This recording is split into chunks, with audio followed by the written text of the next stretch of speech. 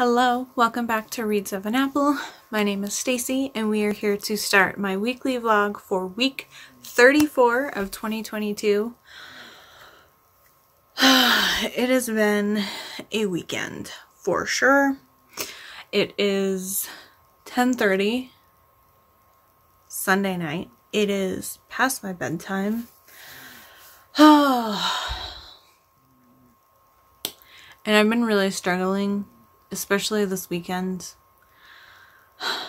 I kind of had a couple moments today that were really down, and then a couple moments yesterday that were really down. Just, there's a lot going on.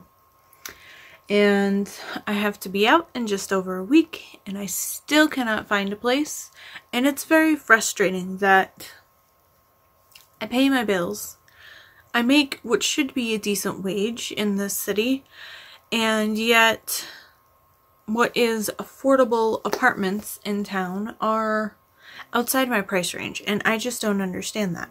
But if I try for one of the affordable ones that is in my price range, I make too much money for it. So I just don't... I'm just really struggling and trying to figure out what the heck to do. And I hate feeling like a burden and accepting help from people. And so I had a good talk with Patty today. And after I kind of chatted with her, I called my brother to see if it was still okay if I could stay in their spare bedroom temporarily until I can just find a place. And then he said that he'd have to talk to his girlfriend and let me know, even though last weekend they said they offered it to me. So now I'm just like doubly freaking out because I just need to get stuff figured out for like TV and moving stuff. And I usually just hire a movers because it's easy. But depending on what happens, I might have to look for, I don't know. I don't want to have to spend money putting all my stuff in storage except for like the basics, but that might end up being what has to happen, but we will see what tomorrow brings. I'm trying not to cry on you. It has been... My sleep schedule has been so screwed up, which is so unfortunate because I was really hoping I could catch up on sleep since my roommate moved out last week. But I have been... I don't know. And I stayed up that one night late because I was working on my boss's present, but I was up at 4 o'clock yesterday morning and could not fall back asleep. And then at some point I did fall asleep, and that was after 7 o'clock in the morning. So I was up for at least 3 hours, and then I ended up crashing and then woke up at 11:30 in the morning, and I was like, holy crap, I never sleep that late. It's weird. If I sleep in late, it's like 8 o'clock. So I just... It's just really frustrating that I can't get a decent night's sleep. And I'm sorry my hair is all a freaking mess, but I was kind of having a down moment this morning and freaking out, and I talked to another person yesterday and this morning, and it sounded like it would work. They have... According to what they said, they have 3 cats, so they wouldn't want another one. But with my kitty being old, I make sure to play up that she's an older cat, so they realize that she might not be around very much longer. But I personally don't think that, because she's doing really good for being almost 21 years old, and I have the mindset, like in my brain, I'm like, she's gonna live till 30, but I know that's probably not gonna happen. But she's just doing really well for her age. But other people don't know that. So, and it sounded really good. We were having some good conversations over text. And then they sent me and they were like, hey, I put this link on my ad to go fill out like all of your information for the background criminal history check and renter's history and all that stuff. And I'm like, yeah, fine, okay. And then it didn't have the website on their listing. So then I was like, okay, that's off.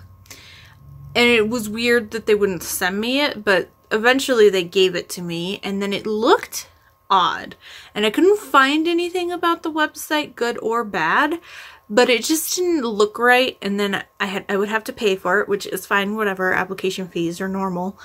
But I was like, since this is a paid thing, do you mind if I either try to meet in person? Or I couldn't tell if the person I was talking to was the landlord of the house, or one of the, like, because it's a roommate situation supposedly with 3 bedrooms, 1 roommate staying, 2 others are leaving, and so it was the one person there is looking for the other roommates. So I wasn't sure if I was talking to the person already there or like the landlord of the house.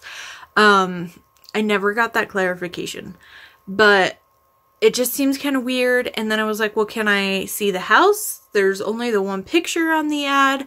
Do you have more pictures I could see to make sure that this is something that would work? Maybe meet whatever 1, 2 possible roommates might be there, because the listing was for 2 roommates, but they only were talking about the 1. So I don't know if they already had found somebody else. So there was just a lot of questions that the longer we talked, the more I was like, I don't know. And then they never responded back. And that was yesterday morning, so I'm guessing that it's a scam because they have not gotten back to me. And I mean, I tried to be like, I'd rather take a look at the place or see photos before I pay for the application, because if it's something that isn't going to work for the situation. And then I was like, and I know the ad said that you had 3 cats and you weren't really interested in one, so I just want to clarify that it is okay. I do come with a cat, and I'm not, I was like, I come with a cat. And they were just like, yeah, no worries, and then asked me other things. So I don't know, man. It's really frustrating, but alright, reading wise, I have not finished a book. I am not going to be finishing Summer of Swoon. That is at least the 2nd bingo board. I am hoping at this point I can finish Rip Bodice Summer Bingo. I only have 1 more book to read, so it's most likely I will be able to pick something up, even if I have to find a novella to finish it. But I am 85% into Her Unexpected Roommate. I did get a chunk read yesterday during Rachel Read and Sings had some reading sprints. So I joined that and was able to read, and that kind of helped me get out of my funk a little bit before bed. And then I read a bit longer afterwards, but I'm liking it. I'm enjoying it. Cal is just a freaking sweetheart, and I love the way that he like really respects and understands Rose. And it's so cute because she was like, after a couple weeks after they moved in together, and there was a time jump, so they slept together in like August, and this is like May of the next year, but so there is kind of a time jump, and then he ends up moving in, and he was the 1 night stand. But it was just, it's so funny, the little moments where she's just like, hey, it's really uncomfortable, so do you mind if I, like, when I get home from work, I take off my bra and not be forced to wear a bra around you down here?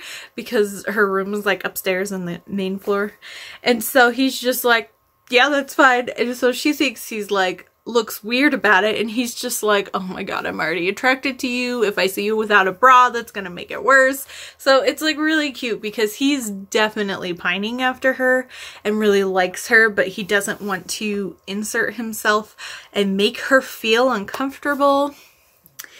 Also, it's super cool. He is I try not to talk too much about my books in here, but I'm loving this Jackie Lowe, and I need something happy to talk about. So we're going to talk happiness for a second about this book. He has a dyscalculia, or at least Rose kind of thinks so. She's helping him with his finances. Dealing with any numbers has always confused him. So that was really cute to kind of see her help him, and he just feels stupid.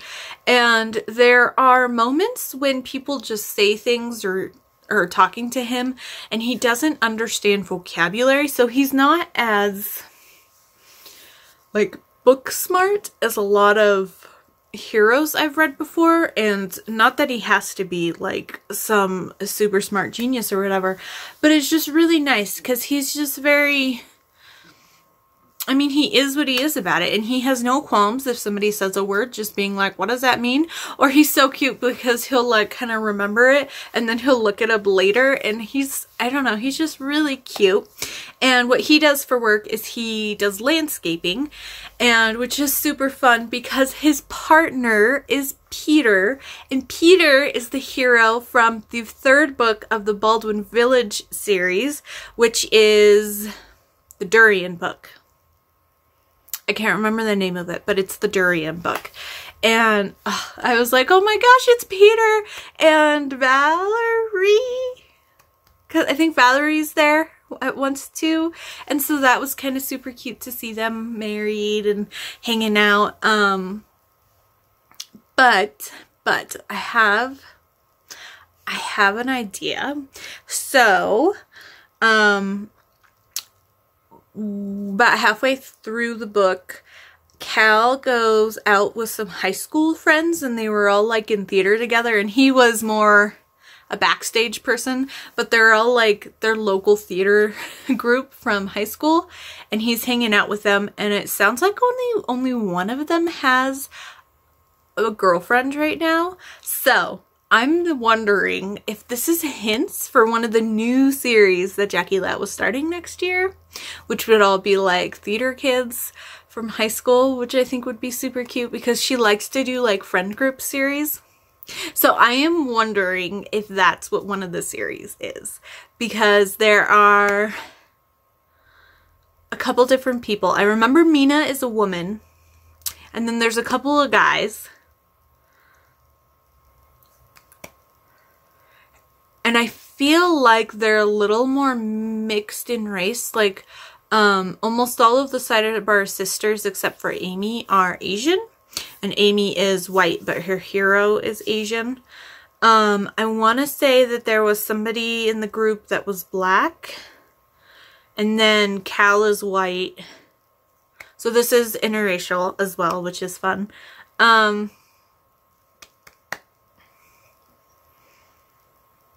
don't remember anybody else specifically being pointed out what their race was. But yeah, I'm not surprised Jackie Lau writes diversely across the board. Race and sexuality and stuff too. So it's very common for her if her main characters in a book aren't on the LGBTQ spectrum, I don't know what to call it, in a part of that club, I guess, that like a sister or a brother or a family member or a friend is of that community, and it touches base on what they kind of go through too. So I don't know, her books, I say it all the time, but her books just feel real world to me. And I'm getting a pimple right here, and it's really itchy. Stress, man. Stress does it to you. Alright, I'm going to stop blabbering at you. Let's do the quest calendar. So, since we are starting a new week, if you are new to my weekly vlogs, I have been doing daily vlogging this year because I am playing the quest calendar. So 2022's theme is the Gates of Terralon. This is a daily calendar that's based off of like Dungeons and Dragons, Pathfinder, tabletop role-playing games like that. This is a daily calendar with Saturdays and Sundays combined. And we are working to go to various different worlds. The gate to the demon world has shattered, so we are traveling to different worlds to collect the pieces of the shard from that gate so we can reassemble the demon world gate and help the universe from basically being imploded. So it's been super fun so far. We are moving all right along. My character that we are playing as is Savani Moonchaser. She is a monk class, and then her race is a feline. So she is a cat person. So that is super duper fun. Alright. So we are currently in like a shadow world. My forehead is itchy. And we are in a castle where we are getting like the tracking signals that the gate shard is. And then last Friday we fought some skellies. We did kill them all. We defeated them and we are heading farther up into the castle. Last week we explored the first floor. So I'm assuming, yes, we are on floor number 2. So we have another map. So where we start is the S. Then we can travel through, visit rooms as we want, as long as we end up at the star. So let's see. And we are at Castle Sangue. You are now on the 2nd floor of the castle. There are only so many rooms left to search. So, based off of this, trying to see where there's doorways.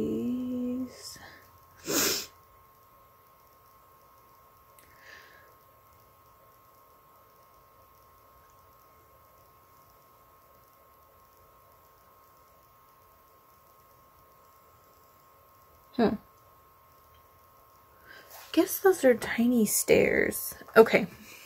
So what I'm going to do, so we are starting here at the S. So we're going to come out here to 1, so this looks like the main area. And then I'll go ahead and go up these stairs into section 3. Then we'll hit room 4. Then we'll go into 5. And then into room 2. I don't see any doors in the map, if it focuses, but these lines here along this side look like they're layered like tiny stairs. So I'm going to just assume that these are like daises, kind of like this is, but this one was up higher. So then we'll hit 5, 2, and then we'll come across here and end up at the star. So, and then all of the information that we need will be, so let me show you real quick before I do that. So all of this script type font is the story information that I read you. All of the mechanics that we will be using is in the block font in the box.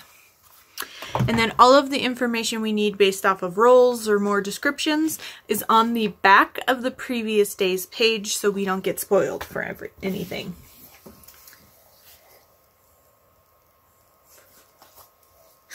Alright, so I'm going to get out my dice out before we get too far into it in case we need to roll for something. Your footies are hanging out. She is so cute. Okay, so we will start with room number 1. This large room looks like it used to be a chapel. There were beautiful stained glass pieces dedicated to a saint or god, not a guard. But now most of them are shattered across the floor. The exposed windows let in the night. Can you piece together what saint or god it was before the windows were shattered? Roll a d20 plus intellect reminder student. So we do not have the student skill. That is what the reminder is. So we just roll our intellect, which is a +0. So whatever we roll on our d20, and that is a 12. So if the result is 14 or less, you can't tell who this chapel was dedicated to based on what remains. Okay. Alright, so then we are going to go up to room 3. You enter what is clearly meant to be the master bedroom. However, instead of a large and comfortable bed, there is a mound of dirt and an open coffin. Guys, vampires, I'm getting vampire vibes. Before you can look around, you hear a growling. From a dark corner, you spot a mangy dire wolf baring its teeth at you. Charisma, so a d20 plus charisma, reminder animal tamer, which is a skill that we have. And our charisma is a +1. And then I believe our follower gives us animal tamer is the other thing he gives us. Yeah, athlete and animal tamer. So we will get a +1 for my charisma, and then a +2 for our skill of animal tamer, and then another +2 from our follower. So a total of +5 to what we roll. And that is a 15, so 20. This is room 3. If the result is 15 or more, you pose no signs of threat, and you back out of the room and close the door. Close the direwolf inside. Okay, so then we will go into section 4. You enter a tower with a spiral staircase leading high upward. You trek up the staircase and it feels like you spend a long time without ever coming to the end. You didn't recall seeing a tower this tall from the outside. You hear a click. The stairs collapse into a slide and you spiral all the way back down. Roll a d20 plus dexterity, reminder, danger sense. Okay. And our dex is a +6, and then we do have danger sense, so another +2, so we are at a +8. And that is a 9, so we are at 17. If the result is 11 or more, you are able to brace yourself and slow yourself down. Reduce your health by 1. So we took a hit point of damage, but not too bad, not too bad. That's kind of a fun trap. Alright, so then number 5. Right? Yes, number 5. Okay. A large sitting room looks well lived in. There's a hint of tobacco smoke in the air. A fire is still going in the fireplace, though it is nearly reduced to smoldering embers. An open window is letting in a breeze that is swaying in the curtains and causes haunting shadows to be cast around the room. One corner of the room holds a towering set of armor. As you inspect the room, the armor comes to life and attacks you. Oh my goodness, okay. Okay, so roll a d20 attack and then roll damage. So our attack is a +10. And that is a 14, so we are at 24. So if your attack roll is 16 or more, you hit the damage, so we hit. And our damage is 2d12 plus 3. Alright, so that is a 3 plus 12. So we are at 15 plus another 3, so 18 total damage. If you hit and your damage roll is 10 or more, the armor dies. So we have killed the armor. Or just unanimated it, I guess. Alrighty, so final room is room number 2. You enter a guest bedroom that is elaborately decorated. It appears slept in recently, with messy silk sheets untidily scattered. Looking at the bed, you see a large pool of red blood. There's no blood trailing anywhere. Something clearly died in here. Search the room. So this is an intellect roll, reminder, investigator. So once again, our intellect is a 0. But that is a natural 20. Hey, look at that. We will figure out this room. And if the result is 11 or more, you find 6 gold pieces covered in blood. Well, I was expecting more than that, but that is okay. We found 6 gold that we will have to clean off. Alrighty. And that is it for the quest calendar. So it is now just about 11 o'clock, so I'm going to decide if I want to take a shower tonight or just wait until tomorrow morning. I might just wait until tomorrow morning and then I can start my day kind of feeling a little fresh. So I will see you all tomorrow. I hope you all have a good Monday and we will see what happens. Happy Monday. Oh boy, we are through another day. I don't have too much to talk about. I just got home from work. You hear my kitty yelling at me once again, but this time it is because I have not fed her yet. I figured I would film my clip and then put my phone on the charger while my goal is to pack up my living room this morning. There's not too much out there, just 3 little storage shelves, like my DVDs, and then I have my D&D role-playing game stuff, and then I have another like little cube storage thing that has like my hardware bin and my like wax making supplies and just kind of some random stuff. So I'm hoping I can get all that at least picked out, and then maybe if I'm still feeling productive, start going through the bathroom. And I have my mini little bathroom in here, and then but I have a little bit of stuff in the main bathroom, which is where the shower stuff is. So maybe I'll hit that room too, but I don't know, we'll see how protective I'm feeling. But anyway, I wanted to film this real quick. I did get in the mail today my Crochet World. This is for, which one is this? This is the October one. And so they send these a couple of months forward. My favorite item is, I'll fold it here so you can't see, this poncho. It looks super duper cozy. And it's got the big like cowl neck. And it looks like it's made with a chunky yarn, which is super fun. Or I guess not. Oh, this is made with Super Saver. Well, that's even more intriguing. I have more than enough Super Saver. And then I also really liked this. This is cable throw. There's a lot of cable stuff in here. And this is made with Tunisian. Tunisian? Something like that. But Tunisian is a type of crochet that's similar to knitting, where typically in crochet when you make a stitch you close it off and then you connect your new stitch off of, instead of completely closing it off, you connect that stitch to it. Tunisian crochet is similar to knitting in that you will have the entire row.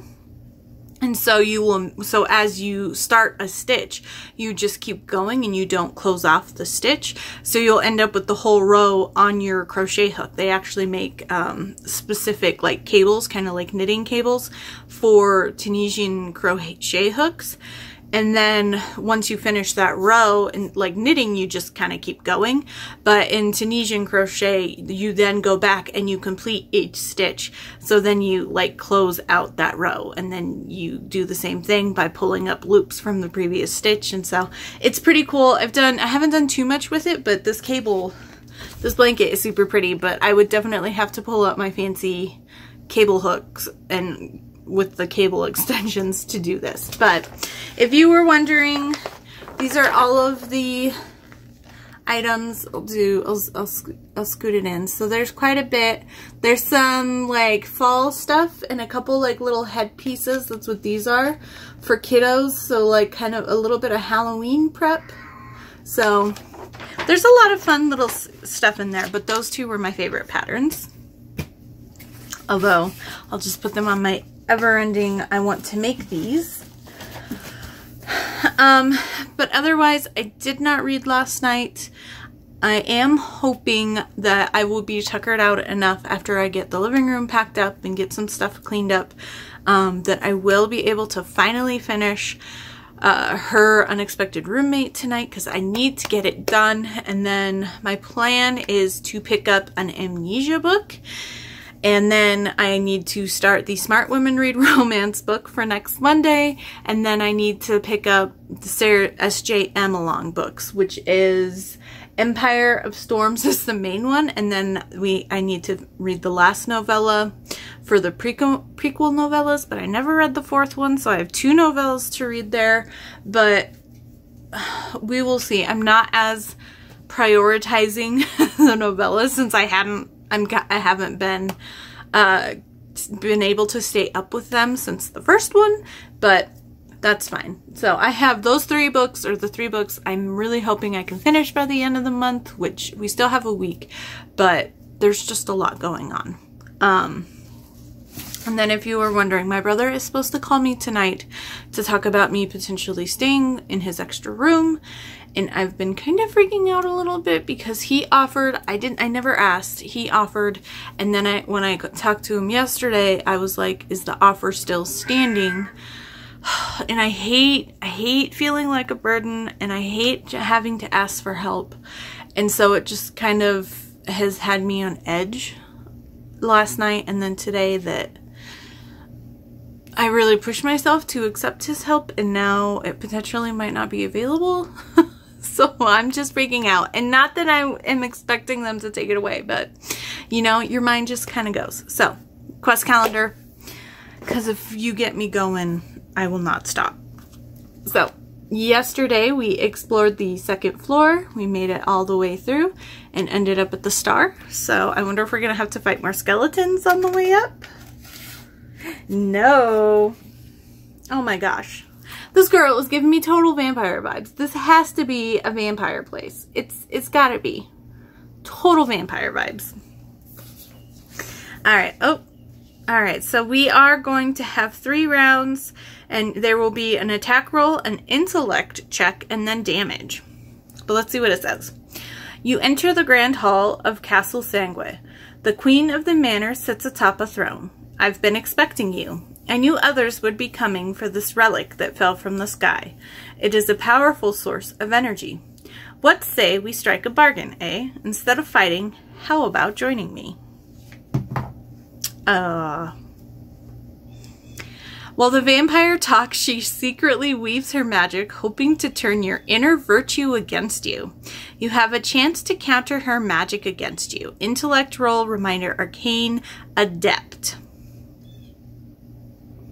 Okay, so our intellect is a 0. So, are you sitting in the sunspot? My goodness, you are so cute over there. She was sleeping in the sunspot on my bed when I got home. Will you mush that for me? Give me good luck. No, you're just gonna sniff it? Oh, yeah, you haven't given me good luck in a while. Hey, it worked 16, so if the result is 15 or more, treat your virtue as if it is 5 more than it currently is for the effect below. So we are currently at an 8, so technically your virtue can't go above 10, but just in case it allows it to go above for this instance, I'm going to say that it is at a plus 13 is our virtue. So, if your virtue is 6 or more, we are fine.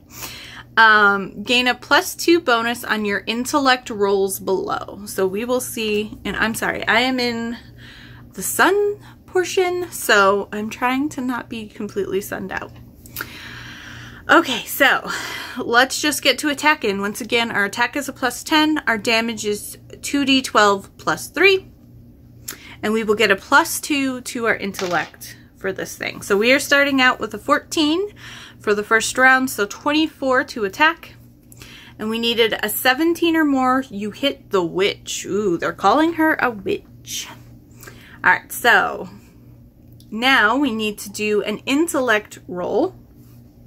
And so we will get a +2 to this. That is a 3, so 5. So we are 10 or less, so we are confused. So re-roll your damage, take the smaller result. So we will roll our damage our first time. So that is a 2 plus a 5, so 7. So that is 10 damage. And that is a 1. And that is a 2. Oh my goodness. So that is 3 damage. So that's 6 damage. So we are going for 6 damage. And that was horrible rolling. So we have to take the 6 damage. So if you hit and your damage is 13 or more. So we did not stun her. So she does attack us. And our defense is 16. So it is 18 or less. So we take 3 points of damage. Holy moly. Holy moly. Let me get out my pen here. Or I guess it's a marker, not a pen. But alrighty. So we are at 5, nope, that was a 3, not a 2. So we're at 6 hit points, or we have taken 6 hit points of damage out of 28. So we're still, we should be able to survive this fight. But we will probably have to heal up after this, but we will wait until then. All right, so round number 2. So attacking is first, and that is a 15. So we are at a 25. All right, and so once again, it was a 17. And then we need to do our intellect. Okay. There's a typo. It says intellect. Focus, focus. It says intellect 102. I'm guessing that's a typo and it's supposed to be 10. So it is 10 in round 1 and it is also 10 in round 3. So we're going to just say it's supposed to be 10 and not 102. Alright, so that is a 14, so 16 intellect. So we did get the over 10 or 12, whatever it's supposed to be. So we do not have to re-roll our damage. So we just get whatever we rolled the first time. Oh, there we go. That is an 11. Hi! And that is, what are you? You are a 9. So we are at 23 damage. And what we needed was 11 damage this time. So she is stunned this round. Perfect. Alrighty, and then on to round 3. Mommy's almost done, and then I'll get you dinner. That is a 18, so we are at 28 to hit. Once again, meets her 17. So now we have our intellect roll, which we know is a 10, and that is an 8, but we have a +2. So we hit the 10 just barely. Alright, so damage. That is a 2.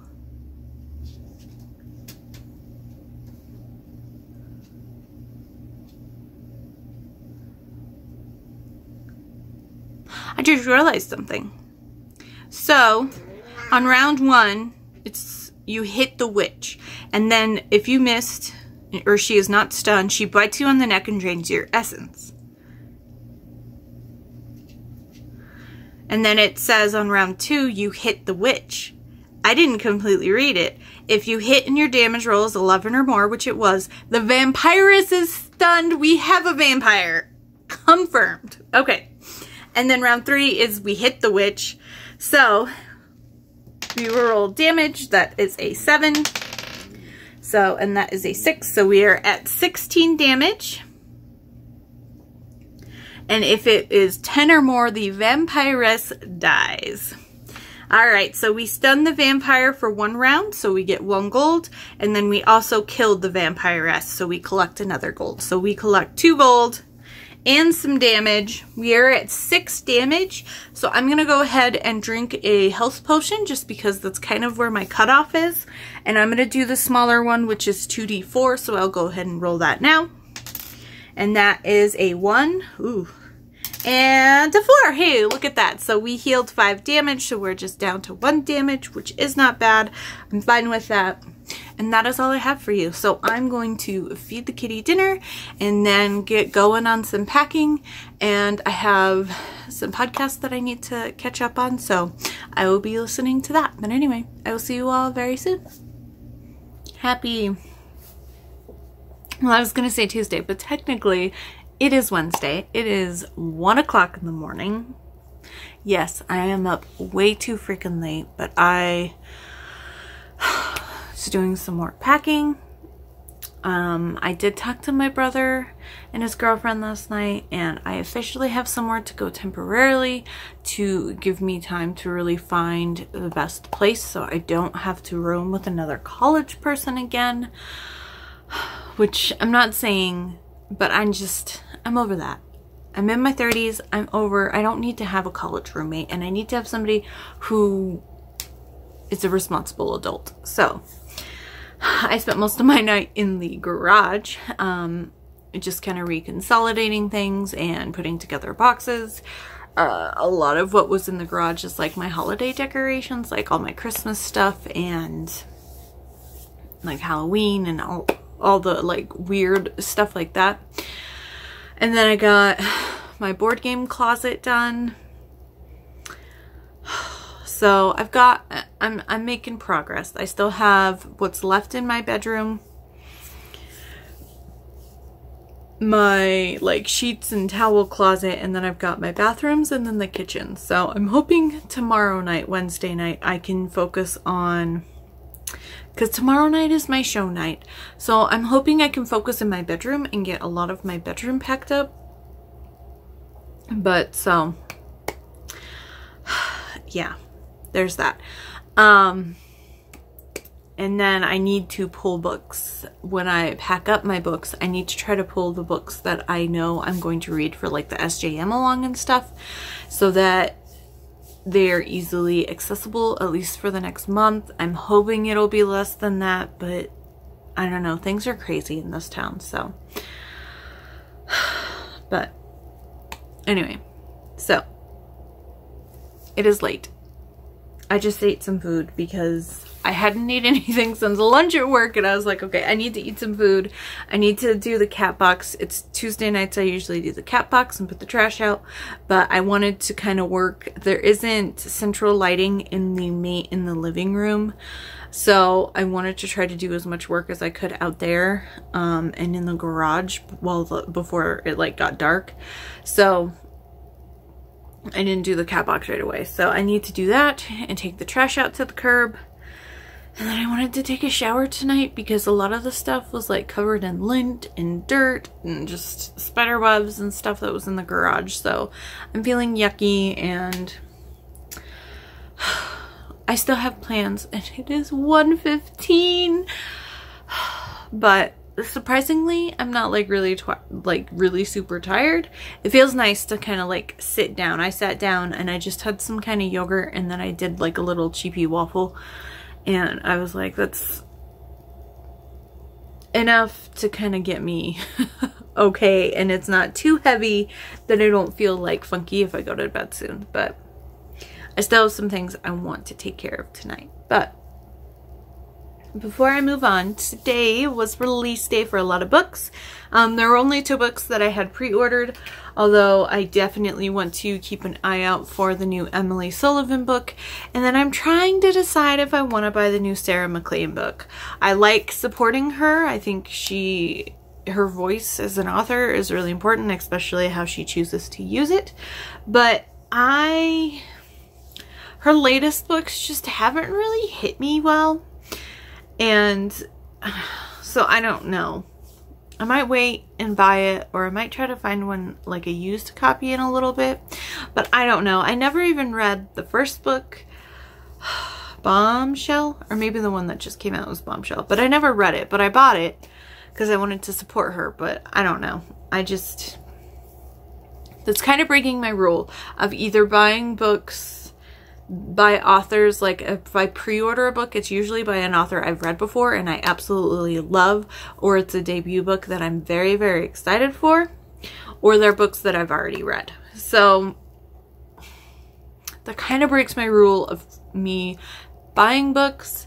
But anyway, today was also the release for 2 books that I had pre-ordered. So I will just get to them. First is the follow-up to Ali Hazelwood's The Love Hypothesis. This is for Love on the Brain.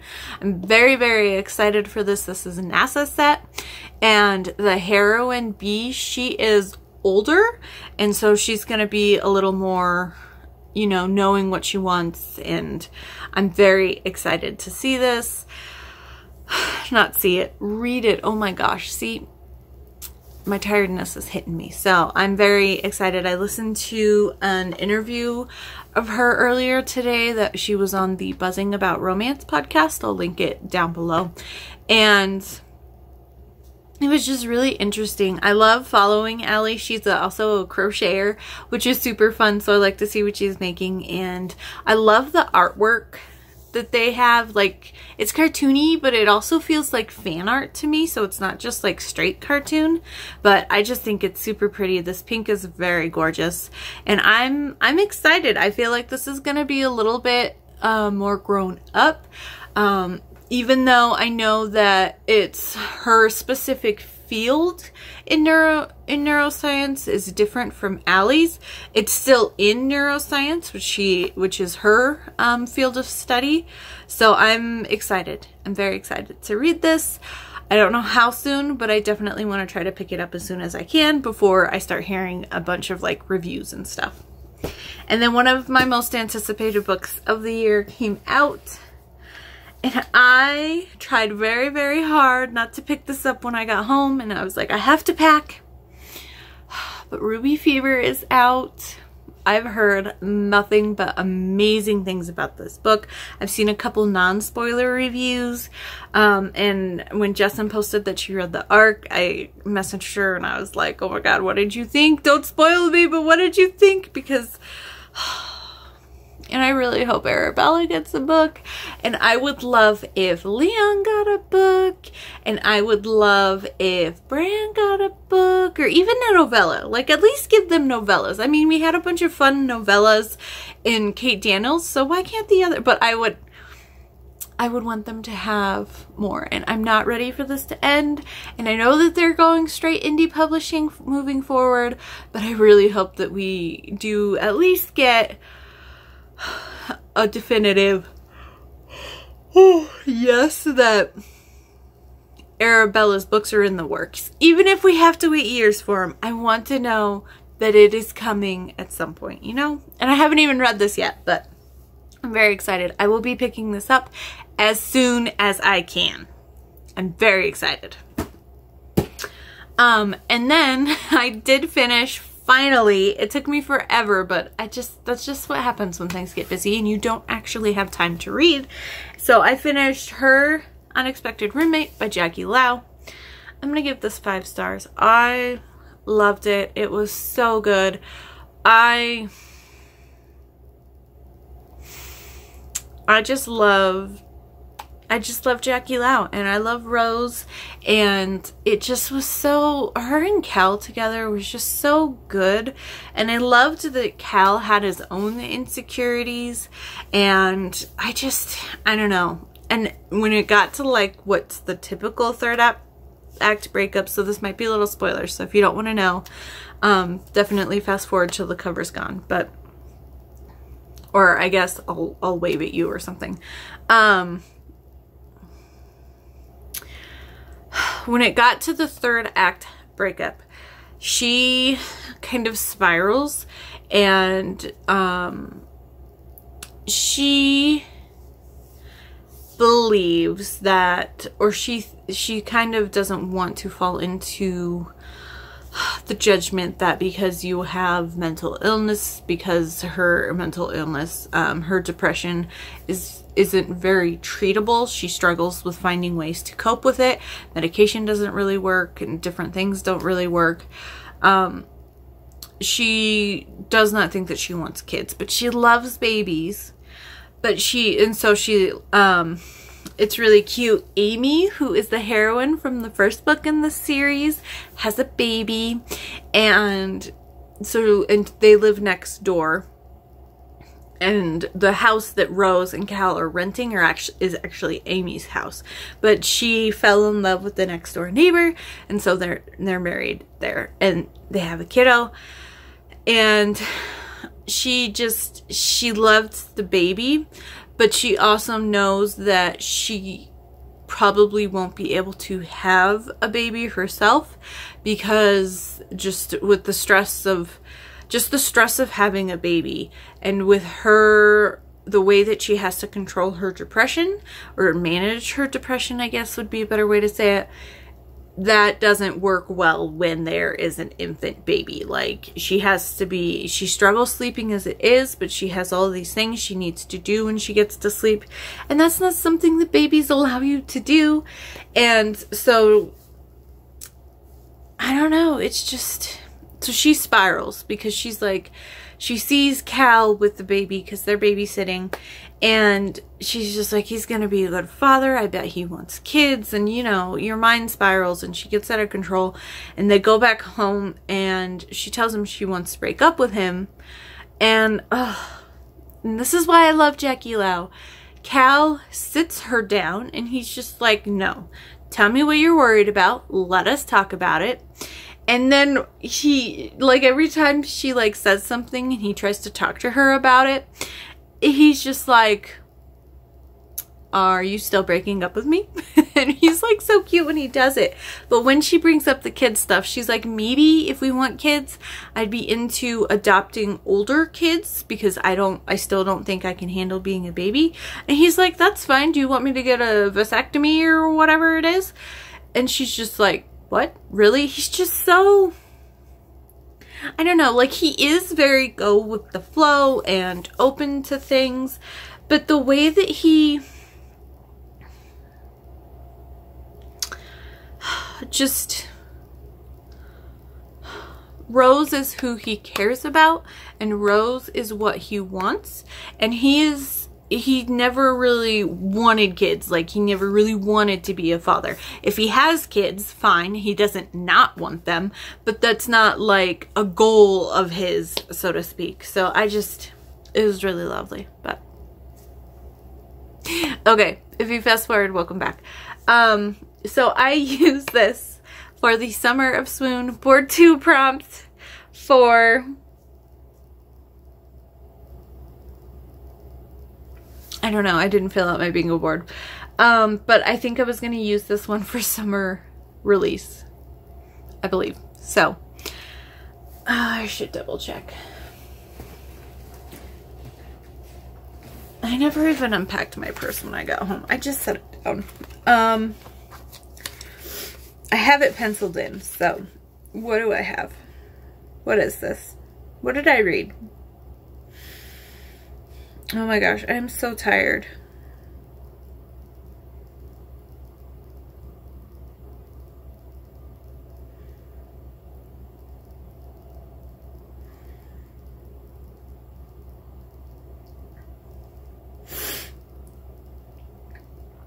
Okay, I don't have it penciled in. Okay. That's weird. I'm going to change this to, I'm going to go with, when did this come out? It came out this month. I feel like there's yellow on the cover. Alright, I think I'm either gonna do, if there's yellow on the cover, I'm gonna go with yellow on the cover. You can see the cover. I cannot see the cover. And my iPad is charging on the other side of my room, so I'm not gonna worry about getting up and getting it. So, if there is yellow on this cover, I will be using it for yellow on the cover. If there's not yellow on this cover, I will be applying it to bright colors on the cover, because I know that there's pink on the cover. So, there's that. I'm not finishing the second bingo board, so should I even worry about applying it? Probably not. I probably don't need to do a wrap up or anything on my blog post, but I might as well.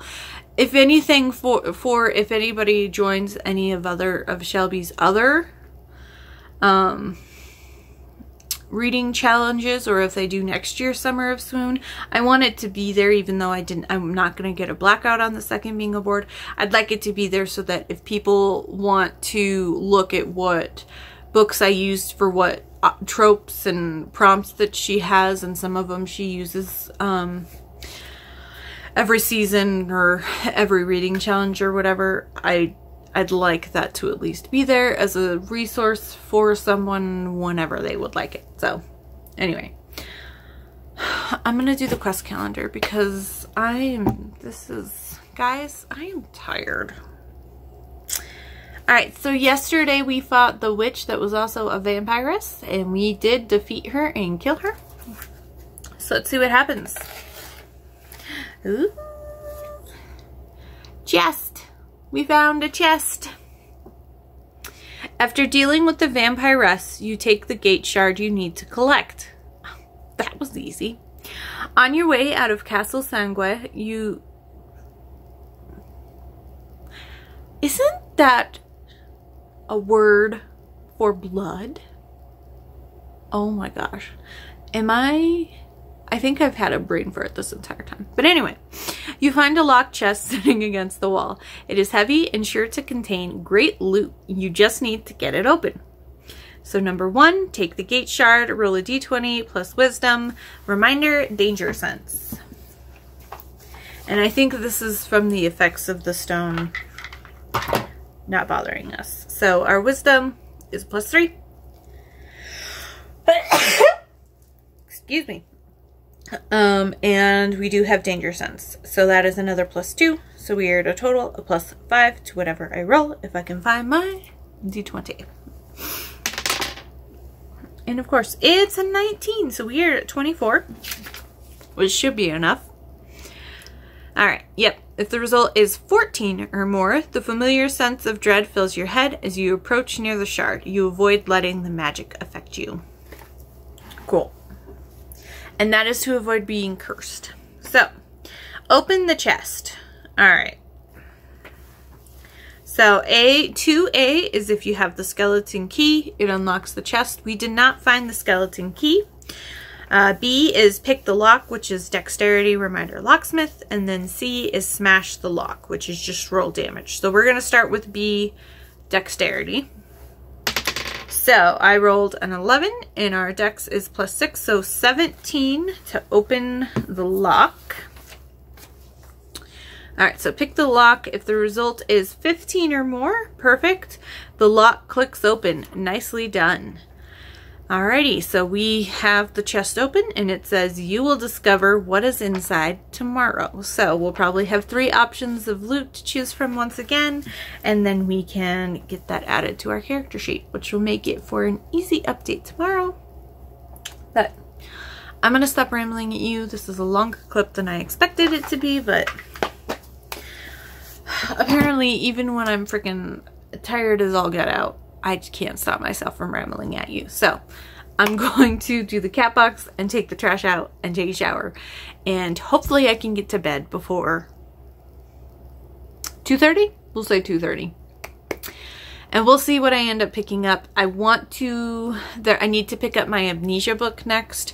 So I can get that done before, so I can get my ripped bodice finished out for the month, because that goes till the end of the month. Either I'm going to pick up that, or I'm going to pick up The Smart Women Read Romance, because that's due Monday. But I wanted to get the Rip Bodice one up before this weekend to get my wrap up at least posted. So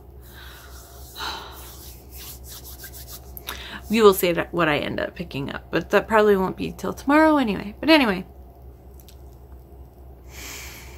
I'm sorry that this clip probably has me saying words and repeating words, and who knows what I just talked about, but I will see you all later today. Hello, happy hump day. It is Wednesday. And my clip last night was absolutely ridiculous. I've been thinking on it all day and I'm just like, oh my gosh, I shouldn't have just rambled. I should have just waited and talked to you all today. But it is what it is. I filmed it. It's up there. I don't really do too much editing outside of adding book covers. And I don't really edit much out. So I'm sorry for the previous clip.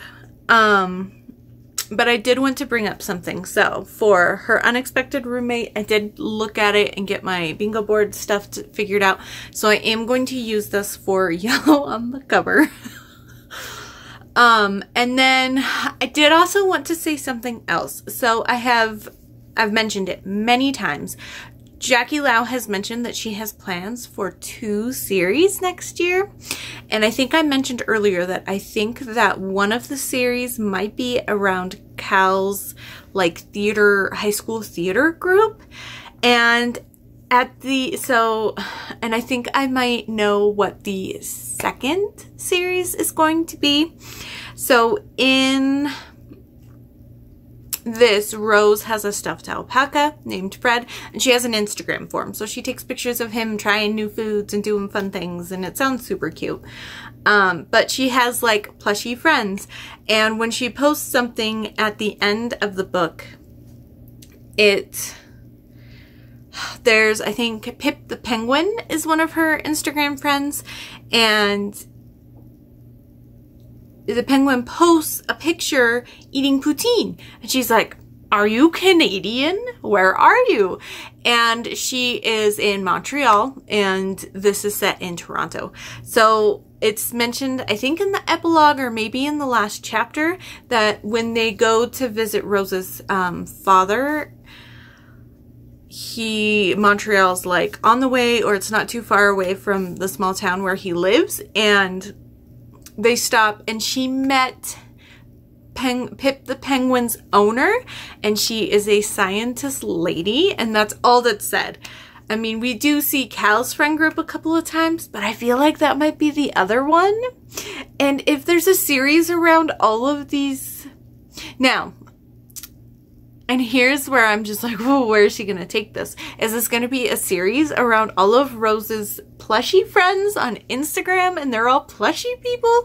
Or is this going to be, she is how we get introduced to the new series, and then the new series is based around this woman's friend group or this woman's possible, whoever she gets paired with, their friend group or something. So I'm or maybe their working group or something, but she's a scientist in Montreal and she has an Instagram for Pip the Penguin. And I'm guessing those are going to be the 2 series, but it could be something also completely non-related, which is also fine. I will read anything Jackie Larat's. Right, so I will stop talking about that because I can go on, but I want to save it for my wrap-up, especially because at this point, my wrap-up will only have me talking about like 3 or 4 books, but it is what it is. Alright, so yesterday we managed to pick the chest open in the quest calendar, so we should get to choose our loot today. It's a mimic! Oh, it springs to life. Don't do it. It's a freaking trick. Once the chest is opened, it springs to life. You get a whiff of a wretched stench as a long slimy tongue comes out to scoop you inside.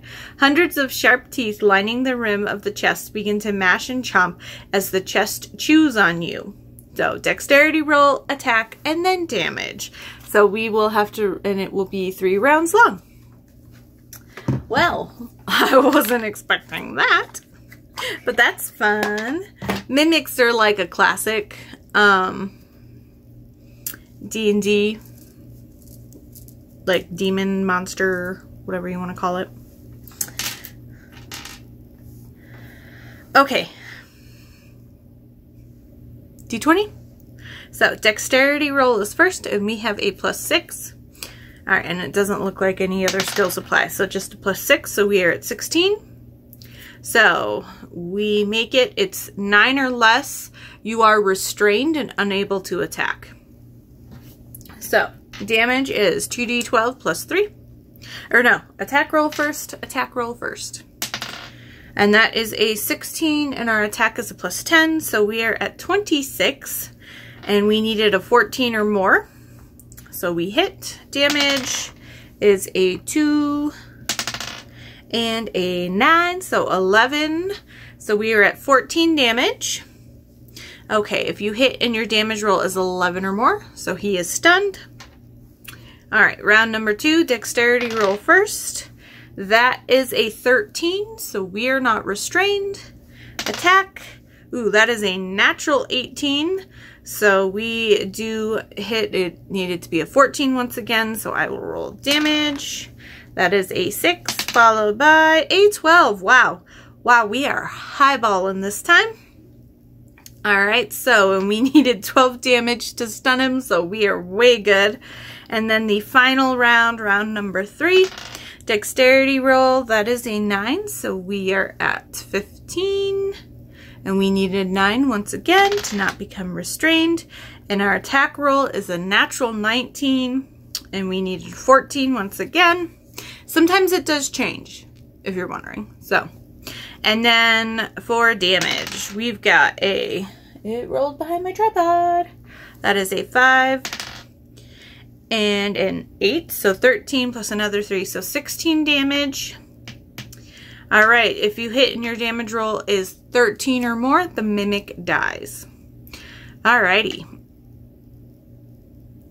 If you stun the mimic 2 rounds, collect 2 gold. If you also killed the mimic, collect 1 additional gold. So we get 3 more gold. And that is it for the quest calendar. And I'm going to say that is it for today's update. Tonight is Wednesday, so I've got Married at First Sight. And I've got Big Brother. So I am going to I'm going to put those on. Excuse me. I'm going to put those on and I'm going to work on packing up my books and whatever other little miscellaneous stuff I have in my room and kind of figuring out how I want to pare down. Because I'm going to try to just take like 5 to 10 blouses and just a few pairs of pants and just kind of pare down my wardrobe, and then hopefully I can find a place pretty quickly. But I found one today that sounded really, really good, And then I got to the bottom and they were, because it was like, this is a 4-bedroom house. I have 2 bedrooms. You'll be renting one. One could be a potential guest bedroom that they can rent per night. And then I was like, okay with cats. You just got to keep them in your room because she has dogs. And I'm like, okay, cool. Price range is fine. There's lots of storage. You can put stuff in the garage. And then I get to the bottom and the other room that's up for rent is going to be an Airbnb, and I just don't feel comfortable with that, having random people in and out the entire time. So I was like, no, thank you. But thankfully, my brother is helping me out and his girlfriend, and I don't have to, I'm not being forced to take a bad situation like that. I can actually really give it time to find the best place for me at this moment. So that takes a lot of the stress off of me. And I'm going to try not to pack until 2 o'clock this morning and doing stuff, but we will see what happens. I want to get my room mostly done. I will at some point be filming a TBR. My September TBR should be going up this previous Saturday. So if I got it up, I'll put it up here. But it's going to be very kind of loosey-goosey again for books that I know I'm going to have to read, like for the SJM along and for some book clubs and some new releases. I'll probably leave those out, but otherwise I'm probably just going to pack the rest of my books and I can just, and then I'll probably focus on reading KU books because why not? But yeah, I will leave it there. I'll stop rambling. I'll see you all tomorrow. Hello, happy Thursday. I am just going to do a quick clip. It's about 6:30 and I've been taking care of some stuff. Had to feed the kitty dinner, all that good things. And then I am going to jump back into packing. Yesterday, I packed up all my books. My bookshelves are empty. Well, except for stuff I'm still working on, but it's so sad. It was so sad going to bed last night and not being able to see all my pretty books on my shelves. But that's okay. That's okay. I did not get near as much done in my room as I wanted to. So today, that is my focus, is the room and hopefully the bathrooms. And then tomorrow I can focus on doing the kitchen and any other little spots that I might have missed. And then Saturday is when I have the truck reserved, so I'm officially moving on Saturday. And then I'm going to move as much as I can with the truck that I need the truck for, and then save maybe some of the extra stuff that, like some of my clothes and suitcases and stuff, I can put in my car. But I want to get everything done with the truck as soon as I can. So lots going on, but I wanted to do the quest calendar. So yesterday we fought the Mimic. And so let's see what today is. Hopefully it's treasure. Oh, it is treasure. Good. I was hoping because my dice are all the way on the other side. So yeah, we got 3 different treasures to choose from. It looks like a weapon, a cloak, and bracers. I know I have bracers, and the weapon that we have in like equipped right now is the World Watcher's staff, but I'm guessing that we can equip a different weapon, but then still use the staff for whatever its stuff is, like to do the shards. But let's see what it says. Once defeated, the Mimic reverts to being a real chest with no trace of evil form. Smoke pools inside the bottom of the container. It is emanating from the magical items contained within. Each one seems to give you haunted visions upon touching them. When you hold the item and close your eyes, you see images that terrify you. Pick one treasure item to take with you. You can't have 2 of the same item types equipped at the same time. These items can be sacrificed upon death to resurrect your hero. See rules on death and magic equipment. Wait until you resolve the events of tomorrow before you cut out the token. But I do not cut out the tokens, so that is fine. So we have 3 options to choose from. The Shadow Weapon, which is Constitution and Damage, both at a +1. The Cloak of Shadows, which is Constitution and Defense, and then Bracers of the Night, which is Constitution and Attack.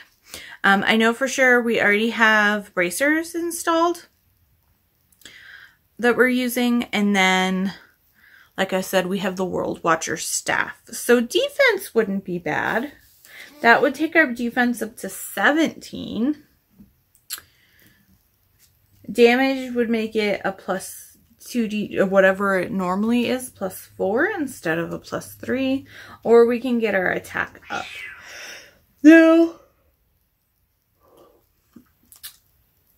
I like the cloak.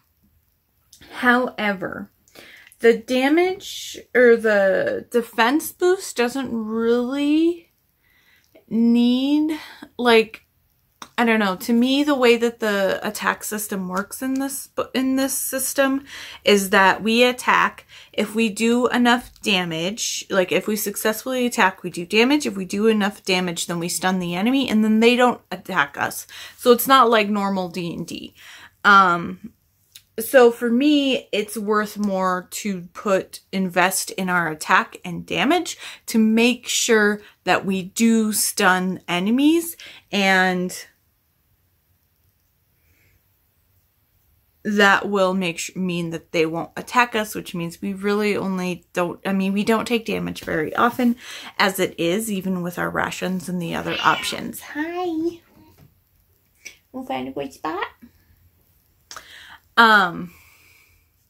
So as much as I like the Cloak of Shadows and the way that it looks, it's very cool looking. And it's all of them are all like smoky. And we already have the bracers, so I guess I'm leaning towards the weapon, which would give us +1 to damage. But is it more important to make sure we attack? Although our attack is a +10. So I feel like even if we roll low, there's still a good chance that we're going to hit something. But then I'd have to switch out my bracers that I currently have. So no, I'm not going to look at the bracers. So basically we're looking at damage or defense. And you know what? I'm going to take... Or maybe it's best to do our defense so that if we do get hit... You know what? I said all that, but I want the cloak. The cloak is cool. So effect-wise, I'm going to take the cloak. And I'm like choking on my own spit here. Alright, so we're going to take the Cloak of Shadows, which will give us a +1 to Constitution and a +1 to our defense. You think that's a good idea? She has been very, very cuddly. She was very cuddly this morning, and she's been very cuddly since I got home. Look at this, you wrinkled my paper. But she is lonely because I've been packing and doing things and staying up late to work on stuff. You're so cute. She hasn't been getting her like normal cuddle time that she gets every night. And usually she forces a lap. And then when it's bedtime, she usually gives me cuddles before bed. But I've been going to bed late. So she's already just conked when I go to sleep. Plus, things aren't quite situated how they normally are. So she's actually spent a lot of time sleeping in her little circle stand. But yeah. So, anyway, I will stop rambling at you so I can get back to packing. So, we are going to take the Cloak of Shadows. I'm going to get that on my character sheet and get my bonus added to defense and constitution. But otherwise, I will see you tomorrow. Tomorrow is Friday. We are almost through the week. You want to say bye? Say bye for tonight? But if I go like this, you'll scream. Say bye to the people. Say bye. We'll see you tomorrow.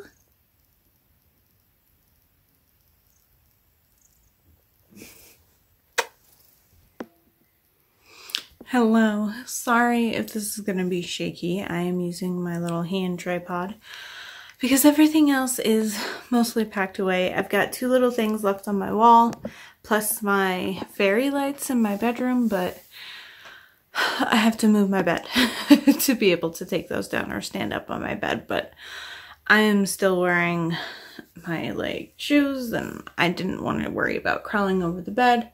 It is about 12:45 in the morning.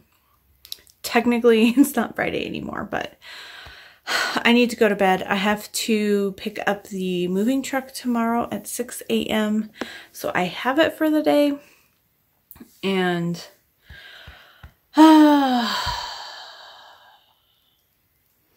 I'm not as packed as I would like to be. I got most everything taken care of. I have not touched the kitchen at all. Oh, which is slightly frustrating, but it's fine. It's fine. Everything's fine. I'm giving myself the weekend. I'm hoping to get most everything moved, like the big stuff with the truck tomorrow. And then if there's anything funky, like I've got like my laundry hampers and stuff that's not in boxes. And a couple, I've just kind of put some stuff in like little baskets or cube storage baskets that I'm not going to be packing because I'm going to be using it when I'm there. So like my like bathroom stuff and things like that. So, and that is helping me a little bit with my stress. And like all the food is going to go in the cupboards. They have more than enough cupboard space for my pantry stuff. So that I'm not even going to worry about boxing up. I'm going to put those in reusable bags or in laundry baskets or something just to tote it there. And then hopefully if we can get most of that taken care of on Saturday. And then if I have to, I can spend Sunday cleaning and just come over in the morning. Oh, but this is going to be hard for me because I am a nester. I very quickly, like, it takes me freaking forever to pack. And I'm sure it takes everybody forever to pack. But it only takes me like a day, maybe 2 days to get everything unpacked in a new home. I unpack very quickly. I'm a nester and I very quickly set things up and get things situated how I like them. So it'll be kind of tough not being able to nest, but we will see. We will see. I was kind of looking at some storage options in case there's not enough space because, guys, I have a lot of stuff. I have a lot of freaking stuff. And so I'm stressed out a little bit about that, but we'll see. We'll see what happens. But anyway, my arm's getting tired, if you could tell. All right, so I'm going to do the quest calendar. So tomorrow morning I can shove it in one of my baskets. So yesterday we got into the treasure chest and we picked a magic item and we went with the cloak. I think that's what we went with. So let me see what today's is. Okay. Cool. Not too bad. Not too bad. So we are headed to the Shadow Gate. So we have a map. The transference sensor must be malfunctioning. Otherwise, the Terralon Gate seems to be moving, and that can't be right. You traverse the realm of night and shadows to find out. It probably really is moving. So we can either take the northern route through the Dead Woods, or we can take the southern route to kind of go down through the edge of the Shadow Peaks and then kind of around the bulk of it. So here's the southern route. This is the Shadow Peaks, and then up here is the Dead Wood. I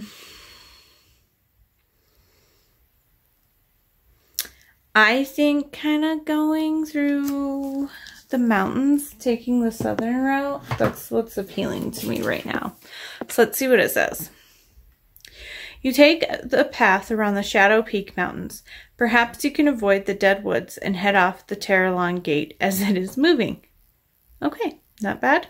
So I need to roll a wisdom, reminder, survivalist, map and compass and mount. And we have map and compass and mount, which gives us a +6. And our wisdom is a +3. So we are at a +9, and that is a 15, so 24. Okay, if the result is 11 or more, there are rivers and lakes on the southern slopes of the Shadow Peaks. You do your best to avoid the water. You need to consume 3 meal rations. If you do not have enough, reduce your health by 1 for each ration you do not have. I believe we have 4. We do have 4, so we are okay. We're down to 1 ration. So next time we can buy some, I will definitely be picking up more because that's kind of the thing that we've been going through the most. So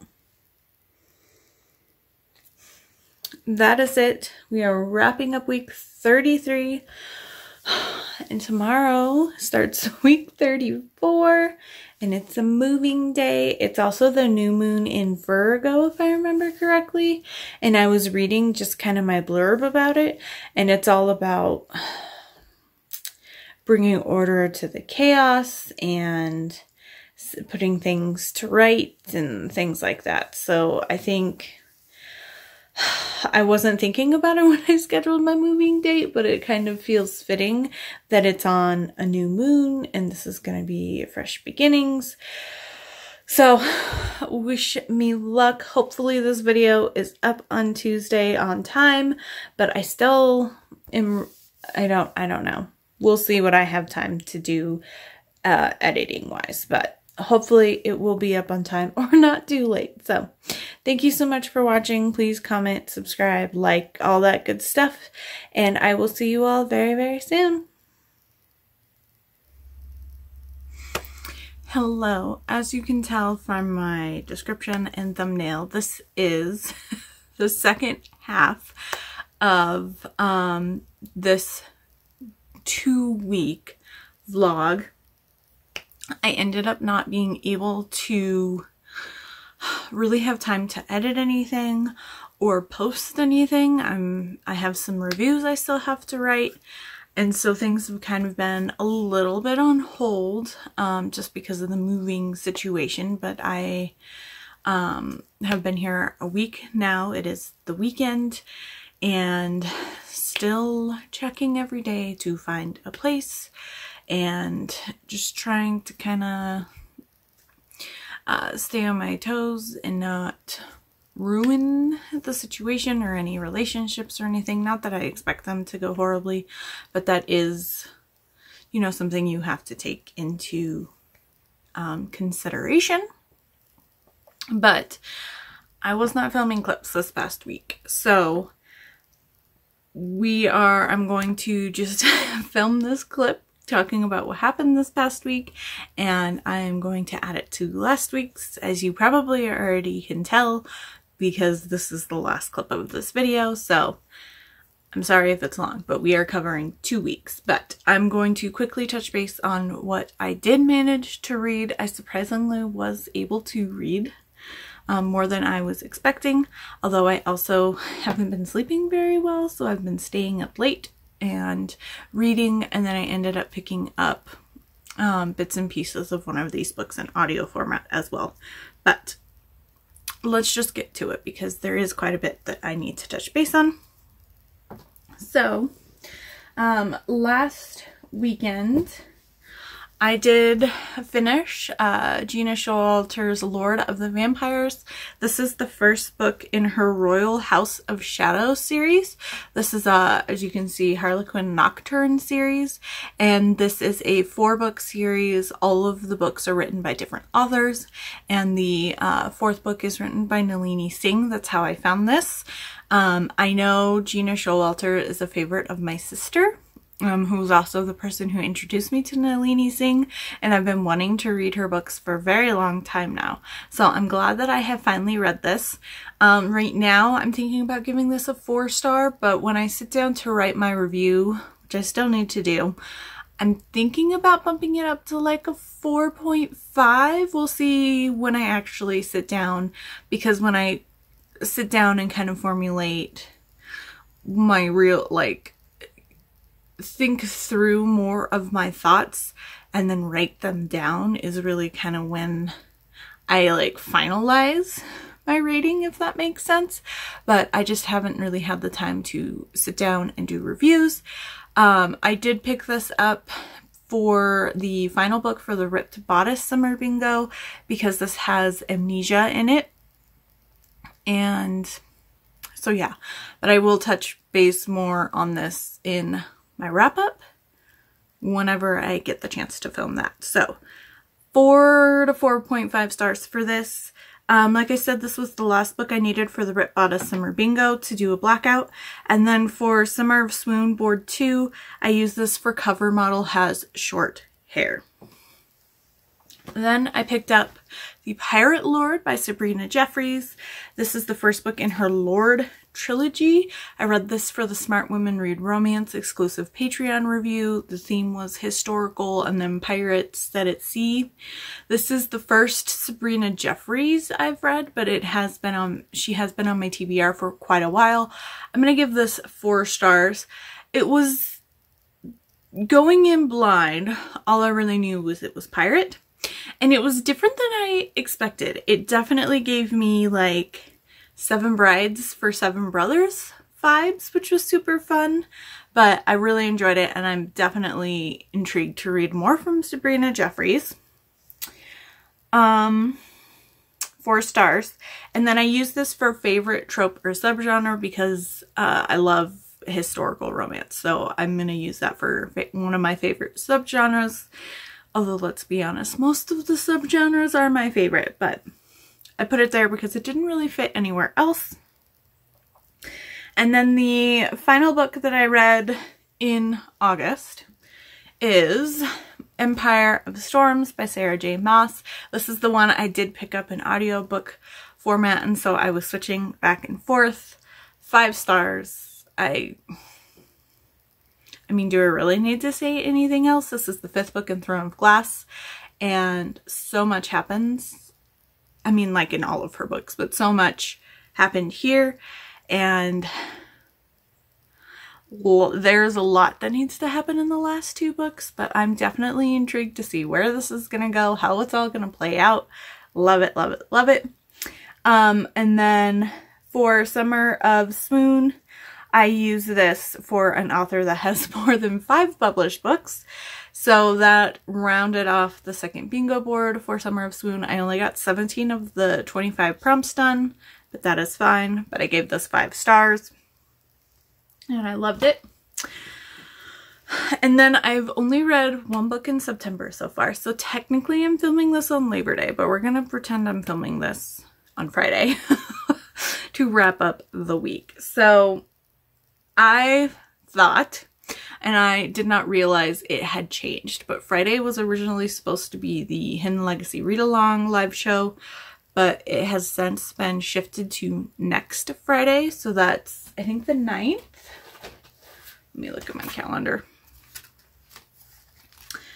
It is the 2nd Friday, yeah, so Friday the 9th. So if you are seeing this and you've read Ruby Fever and thought you missed the live show, it has been moved to August 9th, and it will be on Steph's channel. But I read Ruby Fever, first book in September. What a freaking way to start September. I love this book. 5 stars. It was so like bittersweet because I loved it. I loved seeing a lot of these loose threads get tied up. And I cannot wait to see what they end up doing for Arabella's books, which they did have a Q&A for Ruby Fever's release. And so eventually it sounds like we will get Arabella's books. And I don't know. I feel like she's getting paired with, I knew coming into this that who she was potentially going to get paired with we would meet in this book. So I thought it might have been one person throughout the book, but then we get to the end and it feels like it might be somebody else. But I'm okay with either of these people being Arabella's pair. But I'm definitely very intrigued to see where they eventually end up taking this. But they are now officially all indie published. This is their final contracted, traditionally published book. So, I mean, we'll see. I'm ready for whatever they do next. 5 stars. This is book 6 in Hidden Legacy. And then this is the first book in Fall in Love. So Fall in Love is the fall reading challenge hosted by Shelby Taggart-Reeves, who also did Summer of Swoon. So I'll put her Instagram down below where you can find all of her templates and recommendations. So this is the first book for the first bingo board of that. And I'm applying it for warm toned colors on the cover, and it is pretty much all red, which is a warm toned color. So that is where I am using that. Now, I also had to do my Yahtzee rolls, but I did not film it because I wanted to make sure I did it on the first, so I didn't get out of the habit. So I ended up rolling my final, after my third roll, was a 1, 3 2s, and then a 5. So 1, 2, 2, 2, 5. And I had already done 2s, but I had the 3 of a kind left open, so I used September's rolls for 3 of a kind, which is red, blue, or yellow on the cover. So once again, first book of the month takes care of my Yahtzee prompt. So I used this for 3 of a kind, which was perfect. And now I don't have to worry about that prompt. And that is kind of the catch up on books.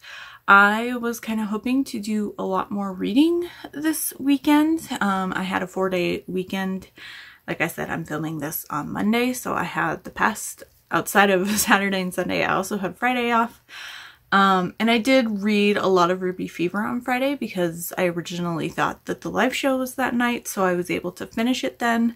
But I didn't really read much the past 2 days. I kept thinking about picking something up, but I just wasn't in the headspace to be reading. And I don't know, I'm still just kind of trying to figure out things, and I didn't want to force myself to read anything because I didn't want to get slumpy. And I definitely, like, Ruby Fever was perfect because I had been really stressed and really struggling with sleeping, and it felt weird that I hadn't read in a few days because I finished Empire of Storms like on Tuesday, and then I didn't really pick up Ruby Fever until Thursday night, but I only read like the first chapter. So while that doesn't sound like a long time, it felt like a long time just because so much is happening.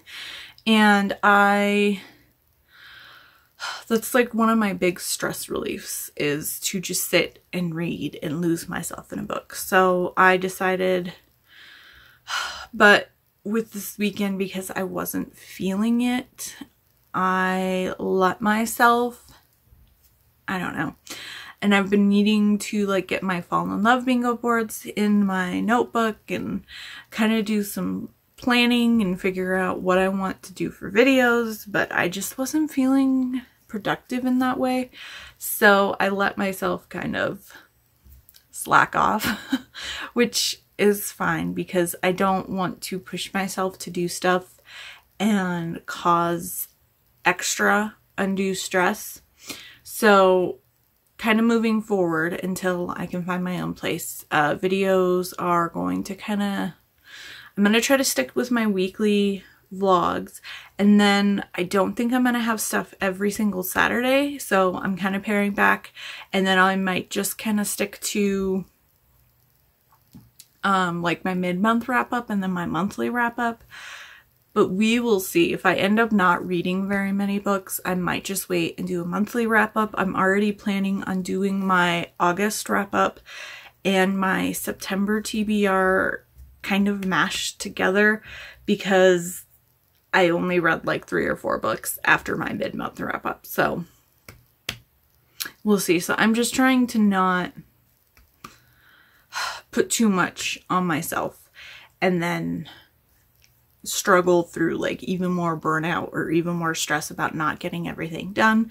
And like I mentioned, I haven't written my reviews for the last couple books that I've read, and while I want to get the reviews done, I am okay just kind of taking a break. I did push and get the Rip Bodice Summer Bingo wrap up because I wanted to get that posted in case anybody else needed an extra book or two to finish theirs. So I wanted to get that posted before the end of the month so people could use that if they are looking for another book to finish theirs.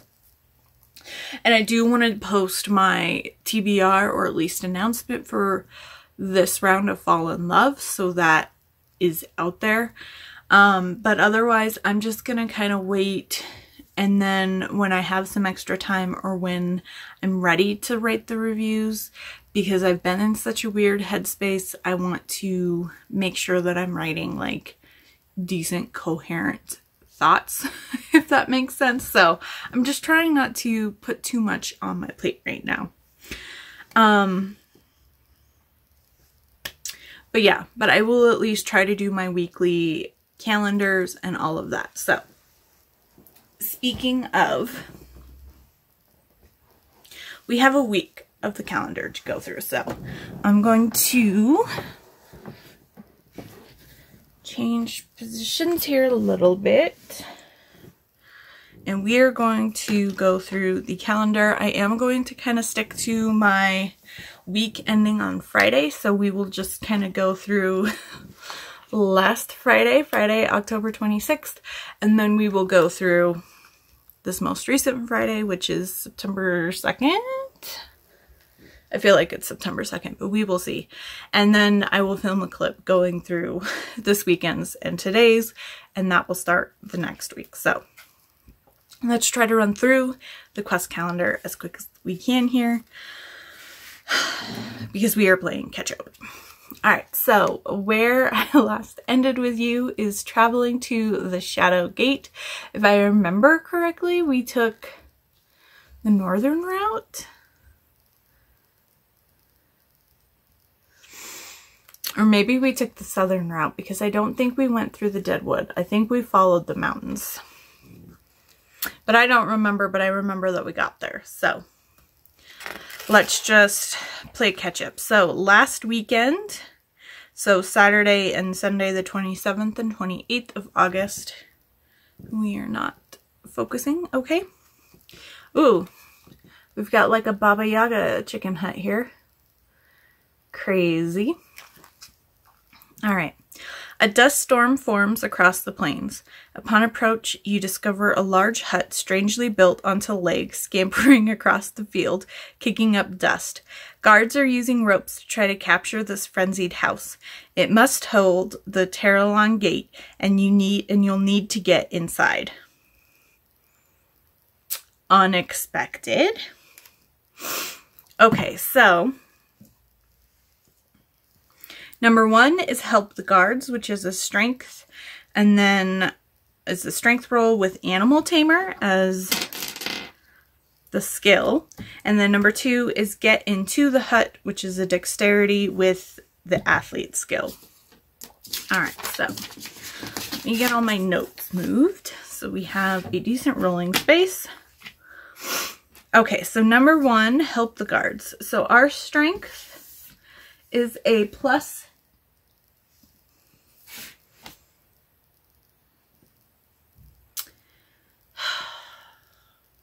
Alright, it's at least a +2, but it's smeared. So it's either a +2 or it's a +3. Oh my gosh. But we do also have Animal Tamer, and Animal Tamer is also one of the skills that our follower gives us, I believe. It's Athlete and Animal Tamer. Yes. So we have at least a +6, if not a +7. So we'll just start off with there, and then if the extra +1 matters, I might try to go through and figure out what the smeared number is. But it's at least a +2. And that is a natural 20. So we should be okay. Yes, if the result is 15 or more, one of the guards falls and drops the rope. You pick it up and hold tight. You dig in your heels and anchor your weight against a rock. The guard recovers and resumes his position on the rope. While the house is momentarily tied up and can't move, you approach the legs and calm the house down. Gain a +3 bonus to get inside. Cool. But this is so that is a little unnecessary for us. So our dex is a +6, and then we do have athlete, which gives us another +2, plus that is our followers other skill trait that gives us. So we have a +10 plus the +3, so we are at a +13 to get into the hut. So that is a 12. And if the result is 13 or more, so it didn't really matter what we rolled. So if we are at 25. All right, you get on top of a small hill and jump off onto the porch of the house. You steady yourself against the door frame, then walk inside. I'm guessing this is going to be like a Doctor Who thing, and it'll be bigger on the inside, but we will see. So it's again, this is the house. Definitely Baba Yaga feels. And let's see, we are now inside the house. Okay, so we have a map. The Haunted Hut. Alright, so we're at the start, and we're going to have to get to the star, which is, I'm assuming, where the gate is. The small hut you entered is further enchanted. Once inside, you see the space is much larger than what could possibly fit in the tiny structure you saw from the outside. The place is a mess, and you hear fighting in the distance. Okay, so it looks like we've got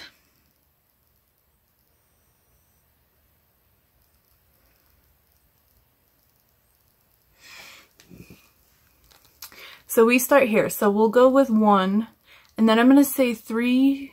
So I'm going to go 3, 2, 5, 4, star. So number 1. A large living area in this hut is a complete mess. There's broken furniture and 2 guards lying still on a rug. Roll an intellect, reminder, investigator. So our intellect is a 0. We do not have investigator, so it's just whatever we roll. And that is a 16. So if the result is 15 or more, the guards are dead. Their life drained by magic. You find 4 gold and a silver dagger worth 5 gold among them. Cool. So that is 9 gold. Very cool. And then we will look at room 3. This small room contains a window to the outside. You see the guards outside still struggling to hold down and trap the traveling hut. Inside you see a control panel with levers and dials made of bones. Perhaps they control its movement. So intellect, reminder, animal tamer. So we do get a +4 from our animal tamer. And that is the total, and that is a 19. So we are at 23. You look at, and we needed a 13 or more, you look at various icons and test some of the levers. You then turn and push a few knobs made from knuckle bones. The hut stops moving and kneels down. This gives the guard a rest. Guards. Very cool.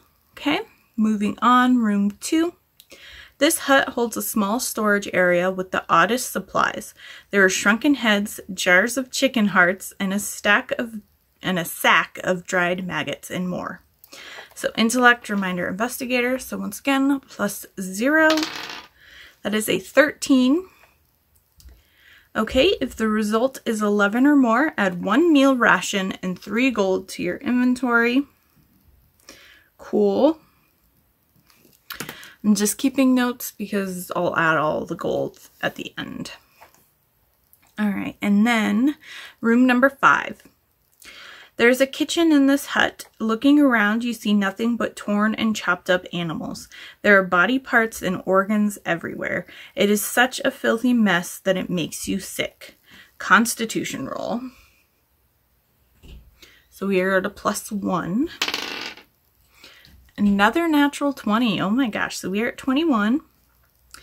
If the result is 11 or more, you manage to keep the contents in your stomach and you quickly leave the room. So there is that, and then the final room we have is room number 4. You step into a dark room that holds several cells. All are empty except for devices meant to torture the prisoners inside. In one cell, you spot a cowering and frightened middle-aged gnome. There are a series of complex chains dangling from the ceiling that must be the mechanisms for opening the cells and torturing the captives. Roll a d20 plus intellect reminder. Locksmith.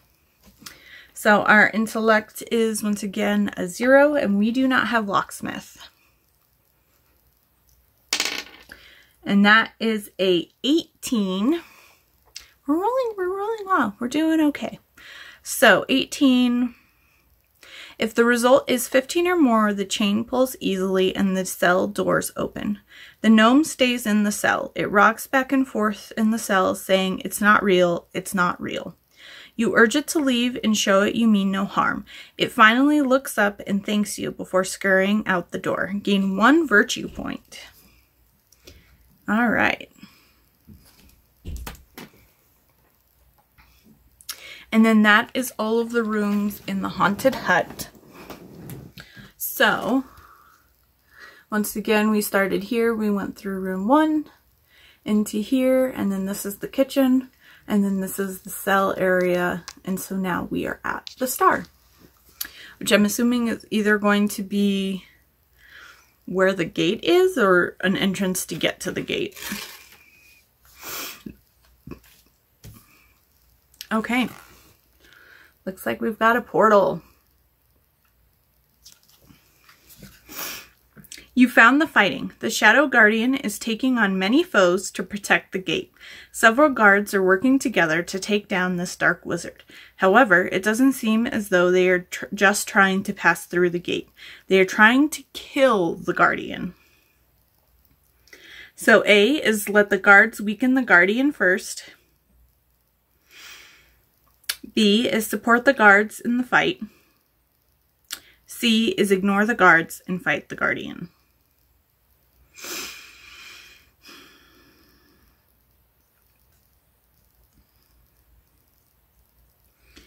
I don't know why these guards want to get access.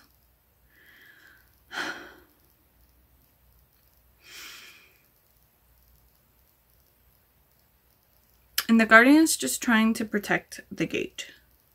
So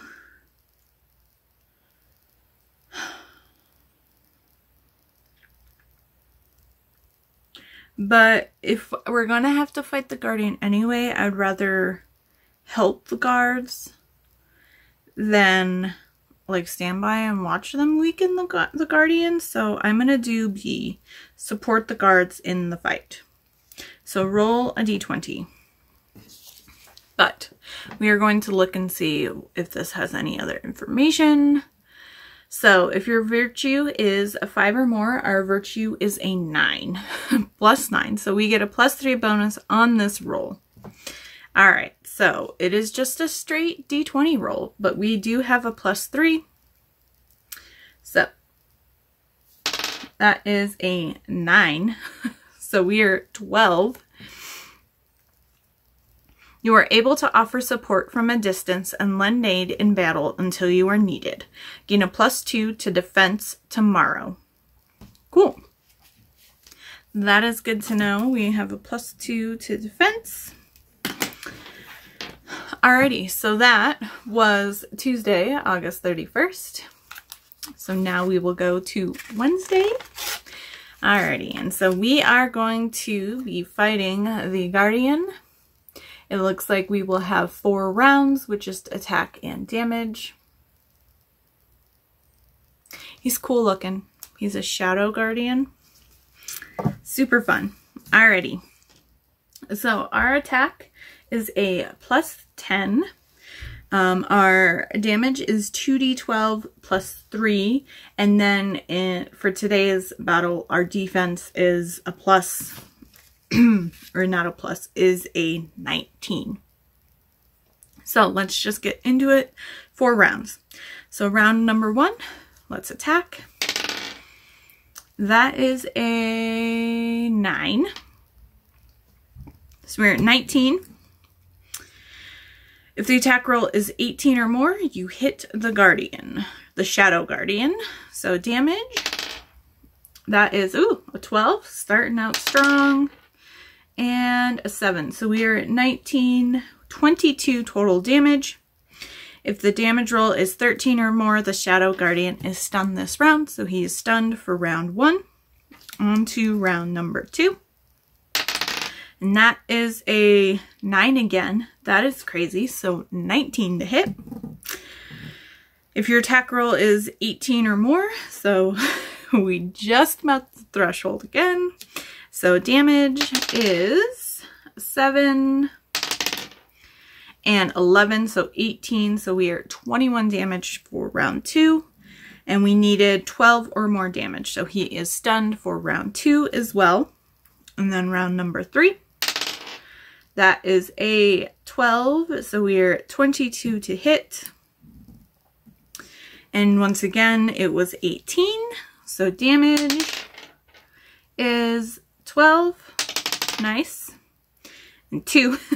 So we are at 14 plus 3, so 17 damage. And we needed 12 or more this round, so he is stunned for the 3rd round. And then our final round, that is a 13, so we are at 23 to hit, and once again 18, and then damage is a 4 and a 10, so we are at 17 damage. If you hit and your damage roll is 14 or more, the Shadow Guardian is defeated. So we have defeated the Shadow Guardian. And we stunned him for 3 rounds, so we collect 9 gold. And we also defeated him, so we collect another 3 gold. So a grand total of plus 12 gold. So we are at plus 24 so far for what we've done. And that is it for Wednesday. So once again, we have defeated the Shadow Guardian. Okay.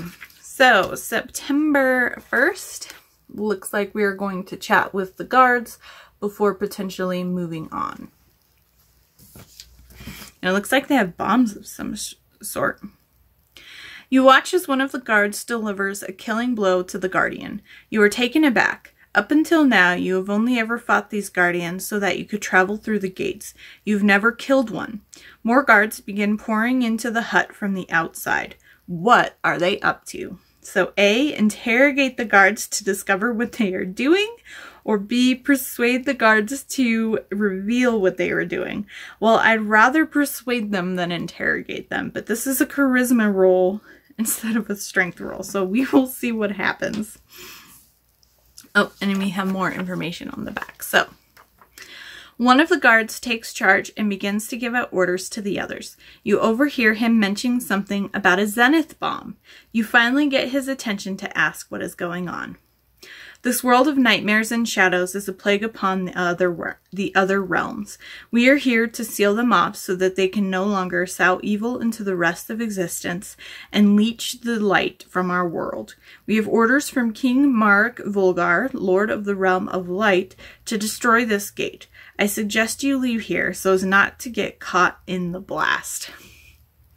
Alrighty, so persuade the guards.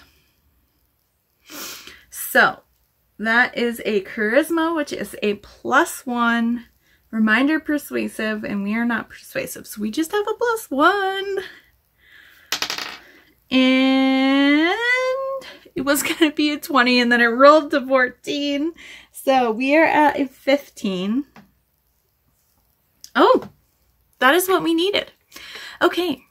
You offered us assistance earlier. For that, we will grant you the opportunity to leave with your life. If the result is 15 or more, your sincere tone and willingness to help puts the guards under false assurances of your intentions. Gain a +2 bonus to defense tomorrow. Are we taking out the guards now? All right. Okay. Alrighty. So there is Thursdays. So we are going to do our last day, which is Friday. Yep. And we are fighting guards. So it looks like we have 3 different guards that we are going to be fighting. And there will be a wisdom, an attack roll, and a damage roll for each. These guards likely cause the destruction of the demon gate, but you can't be sure. You can't let them destroy another. You know the repercussions this had against the other worlds. You wonder if they know what they are doing. So choose your main strategy. A, kill the guards, or B, banish them back to their world. I'm going to go with banish. Because if they don't know what they're doing, I don't want to kill them outright. So, B, banish them back to their world. Gain 1 virtue. So we are officially at full virtue. We are at positive 10, which is the highest we can go. And then gain a +2 bonus on wisdom rolls during this combat. So we get +2 to defense and +2 to wisdom. Interesting. Okay, so guard number 1. Okay, so this is to banish the guards instead of fighting them. So our wisdom roll is normally a +3, so we are at a +5 for this. So guard number 1, we will do our wisdom roll first. And we are at a +5, that is a 19, so 24. If your wisdom roll is 15 or more, you banish the guard back to its home realm. It is defeated. Reduce your health by 1, gain a +1 bonus to any future die roll, go to the next enemy in combat. So we take 1 damage and we get 1 bonus point to use in the future. Cool. So guard number 2. So same thing, wisdom roll first. And that is an 18, so we are 23. Once again, we needed 15 or more. So we have banished a second guard, so we take another damage, but we get another bonus point. And then guard number 3, wisdom roll first. And that is a 11, so we are at 16. So we just barely, thank goodness for that extra +2, managed to banish him because he is a 15 as well. So we have banished the final guard. So we banished all 3 guards. So we collect 3 gold. So there is all of that. And we have banished the guards. So I'm assuming we are going to be able to enter the portal. And that is it. We have officially not only wrapped up week 34, but now also week 35. And that is a lot of talking, but I figured I'd just do this and add this extra little clip. So thank you so much for watching, and hopefully I will be able to kind of get things back on track, but we will see what happens. Like I mentioned earlier, I'm going to at least try to keep doing my weekly vlog so I can at least take care of the quest calendar, and then just kind of touch base on if I'm reading something, what I'm picking up. And hopefully I will find my own place soon and not have to crash here anymore. But until then, I will see you all very, very soon.